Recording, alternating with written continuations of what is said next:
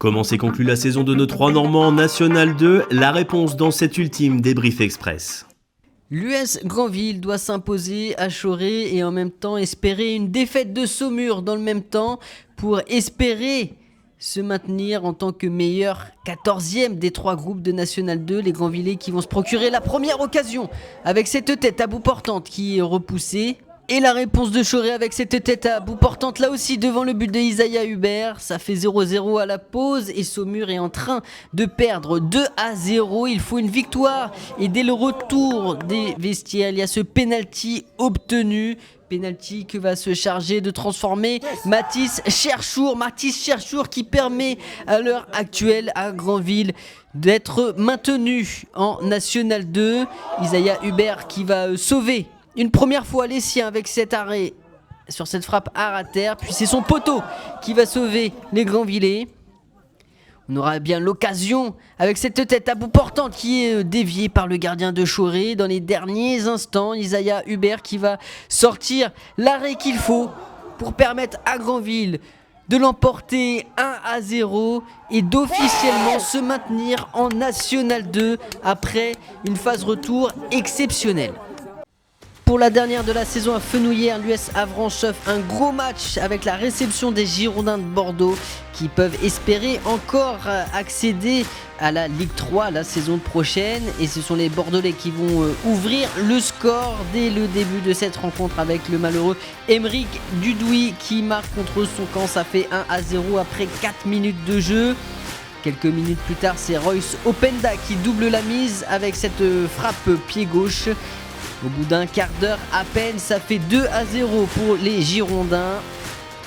Mais au retour des vestiaires, Zourab Sopromazé qui vient d'entrer en jeu fait un petit festival sur son côté. Il enfume la défense girondine et vient réduire le score d'une superbe frappe qui termine en lucarne. 2-1, puis 3-1. Les Girondins de Bordeaux qui reprennent 2 buts d'avance par Tidiane Diagouraga à la 52e minute de jeu. Oui mais voilà, la 75e, il y a cet accrochage dans la surface de réparation. Le point de pénalty est désigné. Zourab Sopromadze va prendre le ballon et ses responsabilités pour réduire une nouvelle fois le score. 3-2 donc et un doublé pour Zourab Sopromadze. Zourab qui se mue ensuite en passeur sur ce coup franc pour JCP qui vient égaliser 3-3 à la 80e minute de jeu. Les deux équipes qui sont à égalité, les Girondins de Bordeaux qui voient leur chance de monter complètement anéantis à Fenouillère. Avec une victoire au compteur sur les 10 derniers matchs, les Diepois espéraient faire leurs adieux à leur public du stade Jean Dasnias sur une victoire et pourquoi pas, au gré des autres résultats, intégrer le top 5. Ça démarre bien avec l'échappée belle de Kader Enchobi qui a eu l'avantage sur cette faute commise sur lui et à l'arrivée, c'est Yann Ateba qui ouvre la marque à la 21e minute, bien décalé dans la surface de réparation. Ateba qui va terminer meilleur buteur de la saison diepoise avec 7 réalisations. Au compteur blois, la lanterne rouge assurée d'être relégué à l'échelon inférieur ne va pas se laisser faire dans cette partie, vous allez le voir, ça va déjà commencer avec le but égalisateur, un tir en première intention de Noah Boissé qui ne laisse aucune chance à Alexandre Lefebvre. Malheureusement, la perspective de terminer le championnat sur une bonne note va prendre rapidement du plomb dans l'air pour les hommes de Djilali Bekar qui se retrouvent menés au score à la 64e minute sur ce penalty de Daysam Ben Nasser et les choses vont se compliquer sur cette action, cette transpercée. Alexandre Lefebvre est de nouveau battu. Théo Motmora qui à la 79e minute vient donner un break d'avance à Blois qui réussit son ultime barreau d'honneur et qui va même aggraver le score et jeter un petit froid à la fête, au projet de fête des Diepois à domicile. Daysam Ben Nasser qui s'offre un doublé à la 81e minute de jeu. Heureusement pour les Diepois, ça va se terminer sur une bonne note si l'on peut dire avec la réduction de l'écart à l'arrivée de Nabil Amran qui s'offre son 3e but sur l'action qui va suivre.